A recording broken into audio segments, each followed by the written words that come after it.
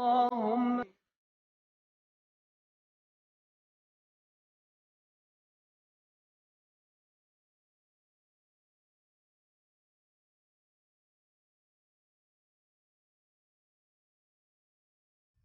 السلام علیکم ورحمۃ اللہ وبرکاتہ۔ ناظرین، میں مبشرہ فردوس، ہم تمام یہ رمضان المبارک کے فیوز و برکات سے مستفید ہو رہے ہیں، اور اس مبارک موقع پر ہمارے اسٹوڈیو میں موجود ہیں برادر قاری عامر، جس سے ہم تلاوت کلام پاک سماعت فرمائیں گے۔ ہمارے اسٹوڈیو میں موجود ہیں محترمہ عطیہ صدیقہ صاحبہ، جو کل ہند ناظمہ حلقہ خواتین جماعت اسلامی ہند ہیں۔ السلام علیکم باجی۔ وعلیکم السلام ورحمۃ اللہ۔ جیسا کہ آپ نے سماعت فرمایا، آج ہمارا عنوان ہے سماج کی تعمیر میں خواتین کا رول۔ تو آئیے ہم دیکھیں کہ اس سماج کی بہتر تعمیر کرنے میں ہم خواتین کیا رول ادا کر سکتی ہیں۔ جیسا کہ ہم سب اس بات سے بخوبی واقف ہیں کہ مرد اور عورت دونوں سے مل کر خاندان بنتا ہے، اور کئی خاندان مل کر ایک سماج وجود میں آتا ہے، اور اس سماج کا نصف، اس سماج کا پورا آدھا خواتین ہیں تو آدھا مرد ہیں۔ اور اثر اندازی کے اعتبار سے اگر دیکھا جائے، خواتین کا جو امپیکٹ اپنے معاشرے اور سماج پر ہوتا ہے وہ نصف اور آدھے سے بڑھ کر ہوتا ہے۔ اور اللہ تعالیٰ نے خواتین کے اندر بہت ساری خوبیاں اور صفات رکھ دی ہیں، جیسے ان کے اندر مستقل مزاجی ہے، ایثار ہے، محبت ہے، قربانی ہے۔ ان تمام خصوصیات کے ساتھ اس کو ایک اہم کام جو دیا ہے وہ ہے نسل انسانی کی پرورش، نسل انسانی کو پروان چڑھانا۔ اور عورت کے کئی روپ اس سماج میں ہمیں دیکھنے میں ملتے ہیں، جیسے وہ ماں کے روپ میں ہے، بیوی کے روپ میں ہے، بیٹی کے روپ میں ہے، بہن کے روپ میں ہے۔ تو ہر روپ میں عورت ایک اہم رول پلے کر سکتی ہے، ایک اہم کردار ادا کر سکتی ہے اس معاشرے کے، اس سماج کے سدھار کے لیے۔ اس دنیا میں جو سب سے پہلے رشتہ وجود میں آیا وہ میاں اور بیوی کا رشتہ ہے، جیسے ہم دیکھتے ہیں آدم و حوا علیہ السلام کی شکل میں۔ اس سماج کی تعمیر میں عورت جو رول ادا کر سکتی ہے اس کے کئی محاذ ہیں، جیسے ہم دیکھتے ہیں سب سے پہلا محاذ اس کا اپنا گھر ہے، اور ساتھ ہی اس کے رشتہ دار عزیز و اقارب ہیں، اور پڑوس اور سوسائٹی ہے۔ تو گھر جو ہے یہ ایک بیسک یونٹ ہے سماج کا۔ تو اس کو بنانے میں، اس کو سدھارنے میں خاتون کیا رول ادا کر سکتی ہے؟ گھر میں سب سے پہلے اس کی اپنی خود شخصیت ہے، اپنی اس کی خود شخصیت کو وہ بہتر کیسے بنا سکتی ہے، کیسے سنوار سکتی ہے، اپنے کیریئر کو وہ کیسے بنا سکتی ہے، حالات حاضرہ پر اسے نظر رکھنا ہے۔ یہ تمام کام اسے اپنی شخصیت کو بہتر بنانے کے لیے انجام دینے ہیں۔ اور شوہر کا گھر، اس کا نظم و نسق، وہاں کی مینجمنٹ، وہاں کی وہ مینیجر ہے، اور اولاد کی تربیت، یہ خواتین کا بیسک اور یہ بنیادی ذمہ داری ہے خواتین کی۔ اگر ان چیزوں پر وہ پرفیکٹلی کام کرتی رہے گی تو یہ جو گھر، جو بیسک یونٹ ہے ہمارے سماج کا، یہ بہت بہتر بن سکتا ہے۔ جہاں پر اگر ہم دیکھیں کہ عورت سلیقہ مندی کے ساتھ، کفایت شعری کے ساتھ، وفا شعری کے ساتھ اپنے اس گھر کے تمام کاموں کو بہتر طریقے سے انجام دے سکتی ہے، ساتھ ہی اولاد کی تربیت اور پرورش اس کے لیے یہ بہت بڑی ذمہ داری ہے۔ اگر دیکھا جائے تو اولاد کی شکل میں یہ امتحان کے بہت بڑے بڑے پرچے ہیں جو اسے حل کرنے ہیں۔ تو یہاں پر تربیت، جو کہ جب عورت حاملہ ہوتی ہے اسی وقت سے تمام چیزیں اس کی وہ سٹارٹ ہو جاتی ہیں، شروع ہو جاتی ہیں، کہ وہ اپنے بچے کو کس روپ میں دیکھنا چاہتی ہے، کیا بنانا چاہتی ہے، کس روپ میں اس کو ڈھالنا چاہتی ہے۔ تو انہی دنوں سے اس کی پرورش اور اس کا نگہداشت اس کی شروع ہو جاتی ہے۔ اور پھر ہم دیکھتے ہیں کہ جیسے جیسے بچہ بڑا ہوتا ہے اور اس کے ساتھ ہی پھر اس کی تعلیم و تربیت کا بھی سلسلہ شروع ہو جاتا ہے۔ تو تعلیم و تربیت میں خواتین جو بہت زیادہ اہم رول ادا کر سکتی ہیں۔ آپ صلی اللہ علیہ وسلم نے ارشاد فرمایا، المرأۃ راعیۃ علی بیت زوجہا وولدہ، یعنی عورت یعنی اس کے شوہر کے گھر اور اولاد کی رائی ہے، اس سے اس کے بارے میں وہی مسئولۃ عنہ، کل قیامت میں اس کے بارے میں اسے پوچھا جائے گا۔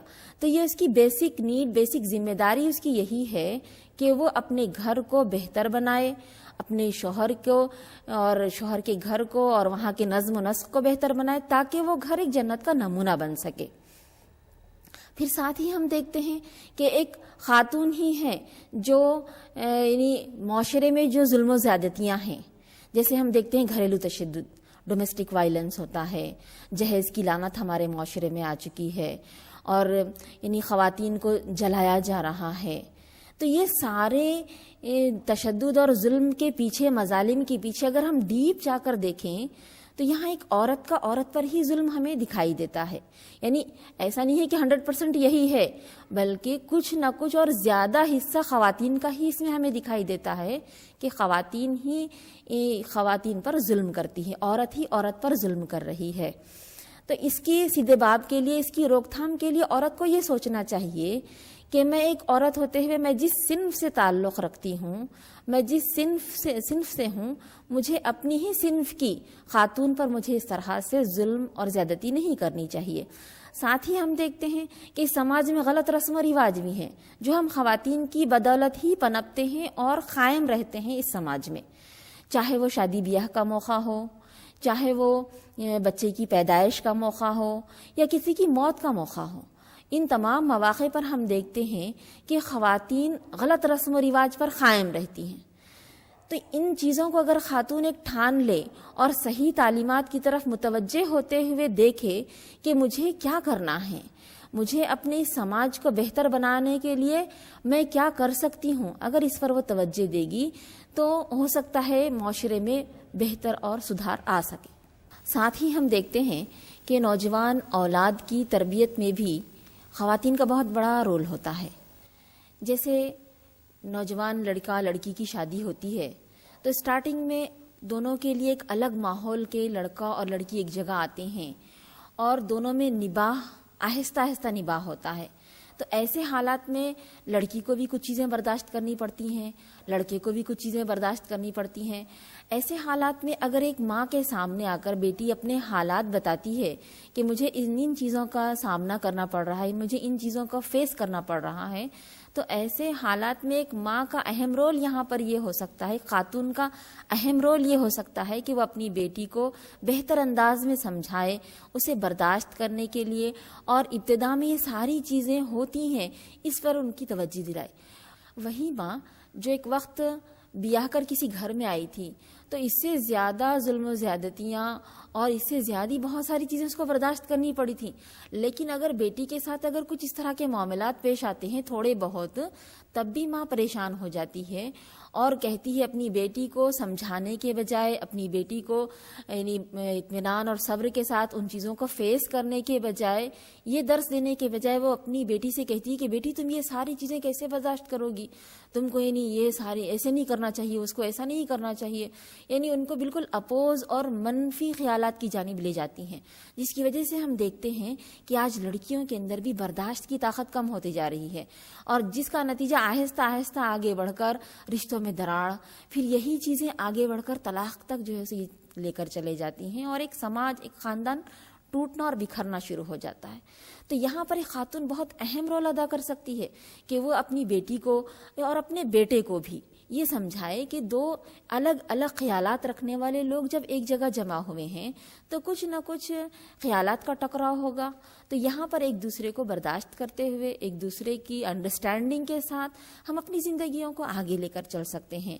وہ کچھ برداشت کرے گی، تم بھی کچھ برداشت کرو، تو اس طرح سے انڈرسٹینڈنگ اور محبت سے ہمیں اس خاندان کو جوڑے رکھنا ہے۔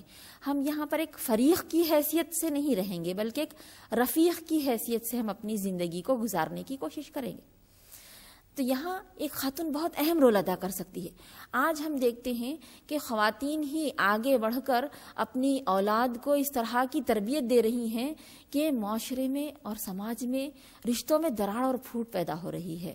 تو یہ بھی میں سوچتی ہوں کہ بہت اہم پوائنٹ ہے، یہاں پر ہم خواتین کو سوچنا ہوگا کہ ہم اس میں ایک اہم رول ادا کر سکتے ہیں سماج کی بہتر تعمیر کے لیے۔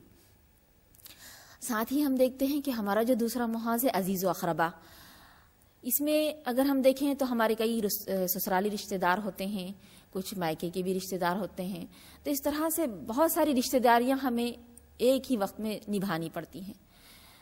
مائکے کا رشتہ تو یہ ہمارا خونی رشتہ ہوتا ہے، لیکن سسرالی رشتے میں ہمیں یہ بات ذہن میں رکھنی ہوگی کہ آج جو ہمیں یہ شوہر ملا ہے، جو ایک اچھا انسان ملا ہے، وہ ایک ہماری ساس کی بدولت ہمیں ملا ہے. تو ہمیں اپنی ساس کی دل و جان سے خدمت کرنا اور ان کے ساتھ بہتر طریقے سے سسرالی رشتہ داروں کے ساتھ پیش آنا، یہ ہمارا بہت بڑا فرض بنتا ہے. یہاں ہماری بات ہوتی ہے خدمت خلق کی.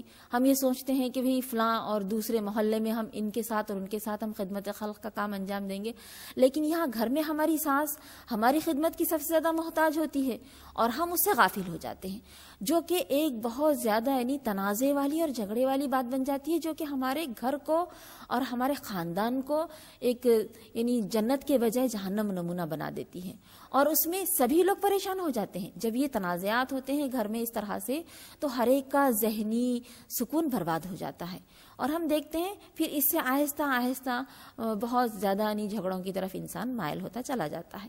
تو یہاں یہ رشتہ داری کو نبھانا، یہ اقربا پروری، یہ بھی بہت زیادہ ضروری ہے.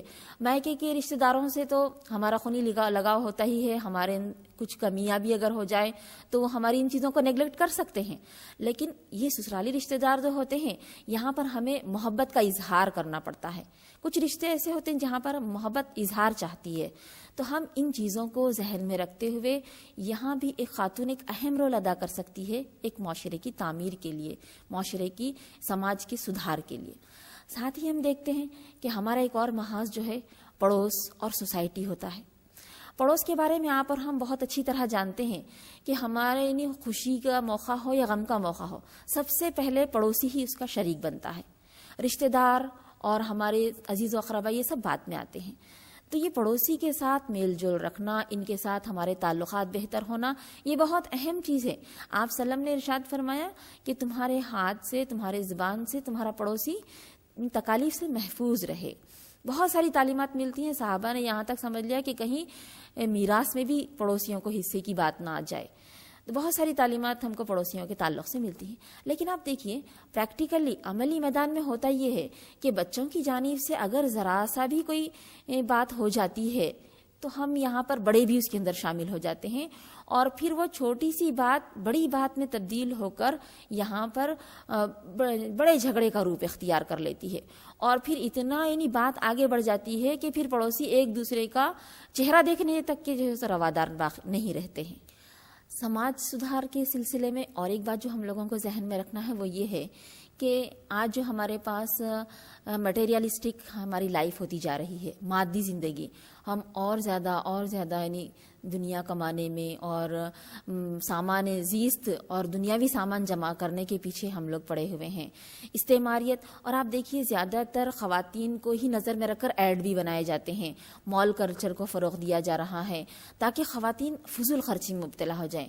اور آپ دیکھیے ایک جنون کی حد تک آج یہ چیز ہو چکی ہے کہ لوگ سوسائٹی میں، معاشرے میں نکل رہے ہیں، بازاروں میں جا رہے ہیں، بے ضرورت چیزوں کو خرید رہے ہیں، فضول خرچی میں اضافہ ہو رہا ہے، جس کی وجہ سے جو ہماری کمائی تھی وہ کمائی ہم کو یعنی کم پڑ رہی ہے، شوہر کی کمائی. پھر اس کی وجہ سے ہم دیکھتے ہیں کہ حرام کمائی میں بھی ہمارا شوہر ملوث ہوتا جاتا ہے تاکہ گھر کی ضروریات جو ہے وہ پوری ہو سکے. تو اس طرح سے یہاں پر یہ فضول خرچی کو بھی رواج مل رہا ہے، اور سارے جو ایڈز ہے، ویسٹرن کلچر آج یہ چاہ رہا ہے، جو استعماریت ہے، امپیرلزم ہے، وہ یہی چاہ رہا ہے کہ خواتین اس چیز میں آگے بڑھیں اور زیادہ سے زیادہ خریداری کا جنون ان کے اندر پیدا ہو، اور وہ بے ضرورت چیزوں کو بس خریدنے کی ان کے اندر دھن پیدا ہو جائے. تو ہم دیکھ رہے ہیں کہ کیسے فضول خرچی کو بھی یہاں پر رواج مل رہا ہے. اگر خواتین یہ ٹھان لے کہ مجھے بے ضرورت چیزوں کو گھر میں لانا نہیں ہے، جن چیزوں کی مجھے ضرورت ہے میں وہی چیزیں لوں گی، اس کے علاوہ میں بے ضرورت چیزیں نہیں لاؤں گی، تو اگر عورت ایک یہ چیز ٹھان لیتی ہے تو یہ گھر کے لیے بھی اور خود اس کے لیے بھی اور اس کے شوہر کے لیے بھی یہ چیز باعث رحمت بن سکتی ہے. تو یہاں پر بھی ہم خواتین کا ایک بہت بڑا رول بنتا ہے. پھر ساتھ ہی ہم دیکھتے ہیں کہ تعلیم کے میدان میں بھی خواتین بہت اہم رول ادا کر سکتی ہیں. آج یعنی نوخواندہ خواتین ہمارے درمیان میں ہوتی ہیں، بالکل اللیٹریٹ ہوتی ہیں، کچھ درمیانے طبقے کی ہوتی ہیں اور کچھ پڑھی لکھی خواتین ہوتی ہیں. تو یہاں پر ہمیں اپنے سماج اور سوسائٹی پر نظر رکھنا ہے کہ ایسی خواتین کو ہم تعلیم دیں گے، تعلیم بالغات کے طور پر، ایڈلٹ ایجوکیشن کے طور پر ہم اپنی خواتین کو سمجھائیں گے، انہیں بھی پڑھنا لکھنا سکھائیں گے، انہیں بھی حالات حاضرہ پر نظر نظر رکھنے کی طرف ہم انہیں متوجہ کریں گے، تو یہ سارے کام ہم خواتین کر کے سماج میں ایک بہتر تبدیلی اور سماج میں ایک سدھار لا سکتی ہیں، اور یہ سماج میں بہتری آ سکتی ہے۔ اللہ تعالیٰ سے دعا ہے کہ اللہ تعالیٰ ہم کو اپنے وقت کا صحیح استعمال کرنے والا، ہماری صلاحیتوں کا ہم کو صحیح استعمال کرنے والا بنائے، اور ہم کو اپنے پیدا کرنے والے کے حقوق کو ادا کرتے ہوئے اس کے بندوں کے حقوق کو ادا کرنے کی بھی ہم سب کو توفیق عطا فرمائے۔ آمین۔ وآخر دعوانا ان الحمدللہ رب العالمین۔ شکریہ باجی، آپ ہمارے اسٹوڈیو میں تشریف لائیں اور بیک وقت آپ نے کئی موضوعات پر ہماری رہنمائی فرمائی۔ واقعی اگر خواتین سماج کی تعمیر کرنا چاہتی ہیں تو ان تمام چیزوں پر اس کو عمل کرنا ہوگا۔ ناظرین، اسی کے ساتھ میں شادہ چودھری آپ سے اجازت چاہتی ہوں۔ انشاءاللہ کل پھر ملاقات ہوگی اسی چینل پر، اسی وقت، کسی اور میزبان کے ساتھ۔ تب تک کے لیے شکریہ۔ خدا حافظ۔